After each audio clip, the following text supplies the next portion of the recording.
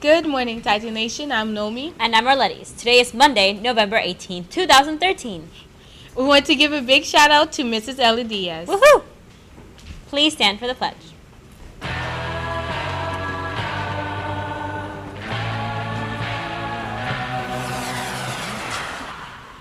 I pledge allegiance to the flag of the United States of America and to the republic for which it stands, one nation, under God, indivisible, with liberty and justice for all.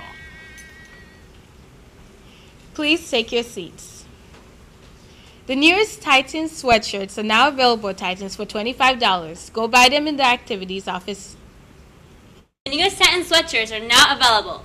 Winter season's coming. $25. Go to activities office to buy them, Titans. Golden Gate High School is fortunate to have the opportunity to give away 300 frozen turkeys for the holidays. Turkeys will be distributed at 3 this Wednesday, November 20th, in the front parking lot. The first 300 families to sign up will receive free turkeys. Please hurry to guidance in order to reserve your turkey now. No Shave November is here. Donate your cash for your favorite stash. A handful of GGHS teachers will be growing out their whiskers in the hopes of raising lots of cash for the Cancer Alliance of Naples. The participating no shavers will be taking donations up until Thanksgiving break. Students who signed up for ASVAB should report directly to the cafeteria Wednesday morning for testing. This is this Wednesday. No, next Wednesday. There is an online tutoring service offered by the Collier County Public Library. The service is free for those who have a library card, and it's also free by accessing the collierlibrary.org website. Service is in English, available 24/7, and in Spanish from 2 p.m.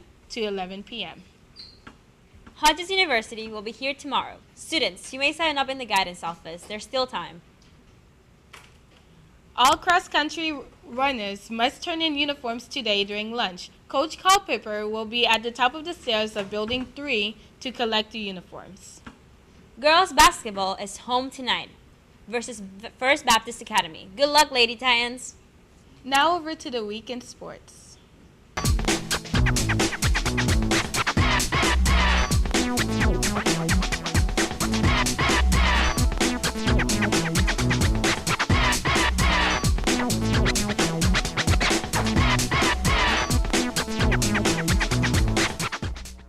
And here are today's and tomorrow's clubs.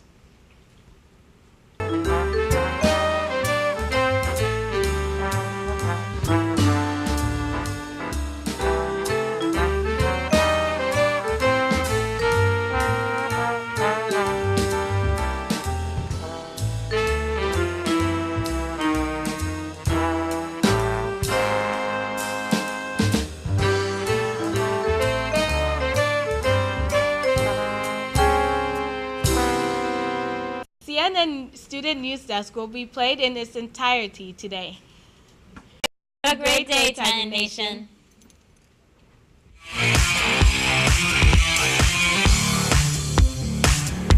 A change to its population policy for the world's most populated country. That's where we start this new week on CNN Student News.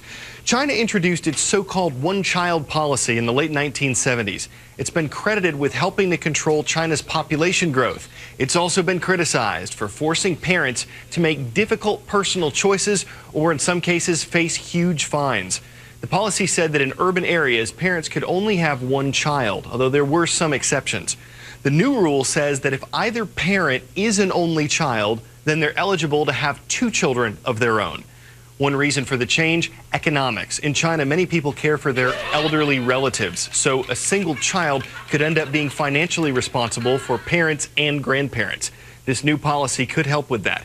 Another reason, China says it wants to improve human rights. That's also why it says it's getting rid of its labor camps. Since 1957, Chinese authorities could hold people in these camps without a trial. Now China's government is expected to shut the camps down. In the Philippines, some people haven't had shelter or electricity for more than a week since Typhoon Haiyan slammed into the island nation. Watch this. You're going to see a wall of water come rushing in. That was the storm surge from Haiyan, the seawater that comes rushing onto shore. Officials say with storms like this, typhoons and hurricanes, the storm surge is usually the biggest threat to lives and property. Many Filipinos are in desperate need of food and supplies. The United States, United Kingdom, and other countries are part of the relief efforts.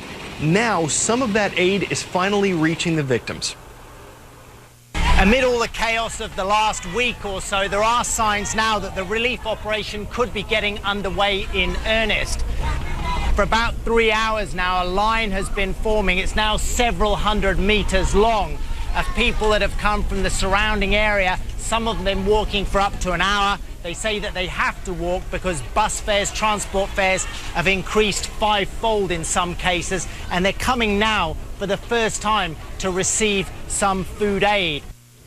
A developing story when we produced this show yesterday, severe weather ripping through parts of the Midwestern United States. One meteorologist said 26 states and more than 100 million people could have been affected. In northern Indiana, the National Weather Service sent out this message.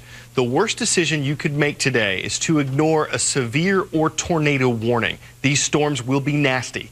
You can see why in some of these videos. Wind gusts up to 86 miles per hour in some spots. Nearly 50 tornadoes were reported by Sunday afternoon. At least one person was killed as a result of the severe weather, and the storms left behind extensive damage. A storm chaser told CNN that the storms were moving so fast, it was hard for him and his crew to keep up. It's time for the shout out. What is meant by the suffix itis? If you think you know it, then shout it out. Is it contagious, feverish, infected, or inflamed? You've got 3 seconds. Go. Itis refers to an inflammation like bronchitis or tonsillitis. That's your answer, and that's your shout out. Meningitis is when the membranes around your brain and spinal cord are inflamed. It can be caused by a viral infection or a bacterial infection. Depending on what type of meningitis it is, it can get better on its own or it can be life-threatening. An outbreak on a university campus has school officials considering whether to offer emergency shots. That decision could come today, but some students are debating whether they'd want to take the vaccine. Princeton University tries to stem the spread of meningitis B, a potentially deadly disease. So we just try to be careful, but we're not freaking out about it. Doctors have linked 7 cases of the bacterial meningitis to the Ivy League campus. Now, board members are considering whether to offer students a vaccine that's only used overseas. If I were a parent, I would be very interested in getting the information and generally accepting.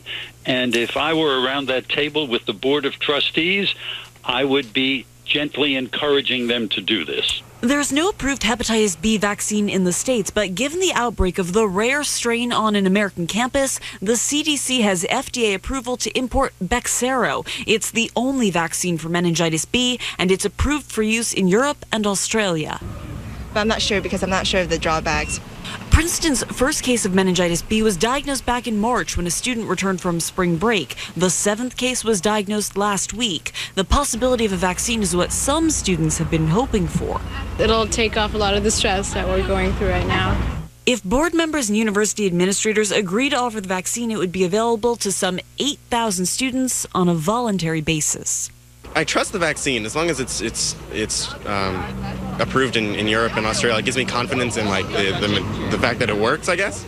I probably wouldn't get it at the moment. Like I said, I'm not too worried about the whole meningitis outbreak yet. So if Princeton starts vaccinating students, I don't know if I'd be first in line for it. Quick heads up about a couple significant anniversaries coming up this week and that we'll be covering on CNN Student News. The first one is tomorrow. 150 years ago, President Lincoln delivered the Gettysburg Address, one of the most famous speeches in American history. The other is on Friday. It'll be 50 years since President Kennedy was assassinated. 2 major moments in American history, both coming up this week on CNN Student News. Next story today is one you might have heard about on social media. It involves the Make-A-Wish Foundation, which grants wishes to kids with life-threatening medical conditions. 5-year-old Miles Scott had leukemia. It's in remission, which is great news. His wish and the way a city rallied around Miles to make it happen was epic. He has the cape, the mask, and that famous car. And though he may not be old enough to drive this custom-made Batmobile, today this 5-year-old is teaching an entire city what it means to be a superhero.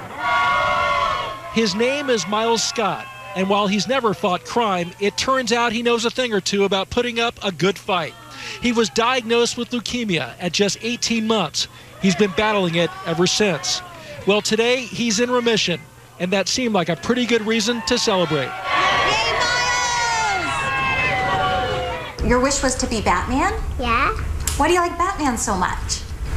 Because he's my favorite superhero. What started out as a request to the Make-A-Wish Foundation turned into something far closer to a dream. There have been plenty of superhero wishes that Make-A-Wish has had over the years. Nothing like this has happened.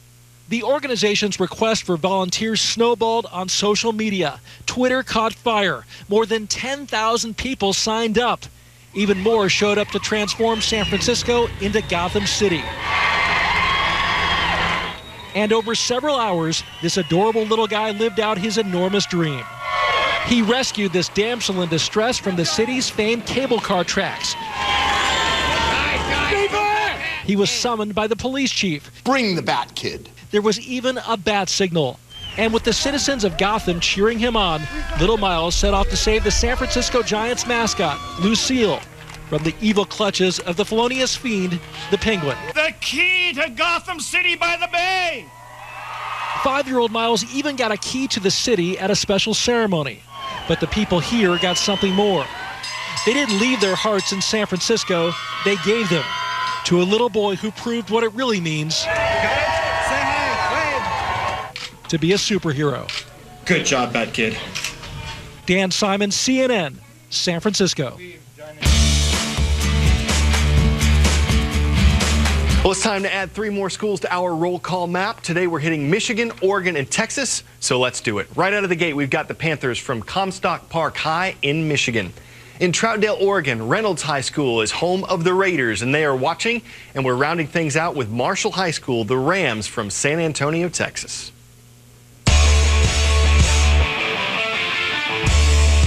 Free throws, 1 point. Other shots are 2 or 3. So what do you get when you make this?